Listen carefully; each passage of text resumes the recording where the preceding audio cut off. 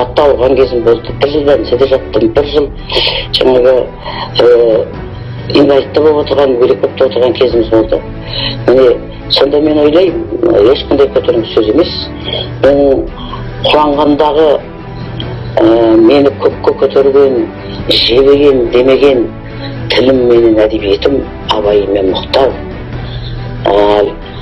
Басыма бір мұң түскен уақытта, көңілім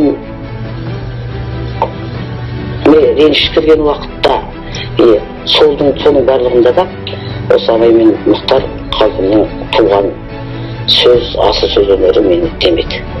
Көтеріңкі сөз көп сөйлейміз, бірақ мен бұны солардың аруағының алдында шынайы айта алам. Солар демеп отырды. Тіпті көп жақсылықтарда Мұхтар Әуезов дейтін түсіме, кіші мемлекеттік сыйлықтар кезде кірді түсіме, осына құрмет орденін кезде түсіме кірді, Мұхтар Әуезов түсіме кіріп жүрді. Балаларға арнап көп дүние жазғым келеді. Биыл жаздым мен, оқулық дәптер жаздым, ғылыми жұмысқа бару жөнінде. Мен енді балаларға кітаппен қалай жұмыс істеуге болады, дәптермен қалай жұмыс істеуге болады, шығарманы қалай жазуға болады, шығармашылық жұмыстармен қалай танысуға болады қойыңызшы.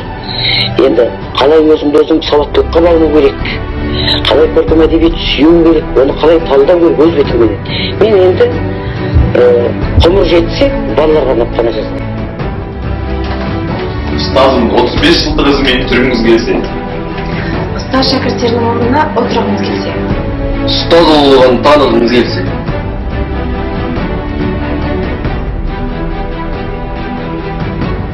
Ұстазбен бірге мұхит атып сапар шеккіңіз келсе? Отбасы тәрбиесінен тағылмауыңыз келсе?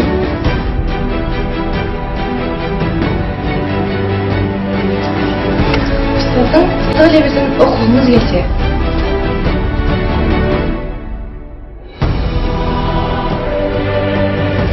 Ғылым жолына түскіңіз келсе?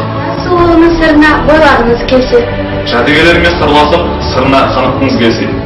КСРО мемлекеттік сыйлығының лауреаты, құрмет орденінің иегері Бүтібаева Қайып Омарғалиқызының мұражайына, Өскемен қаласы, Амур көшесі 12-де 1, Жамбыл мектебіне шақырыңыз!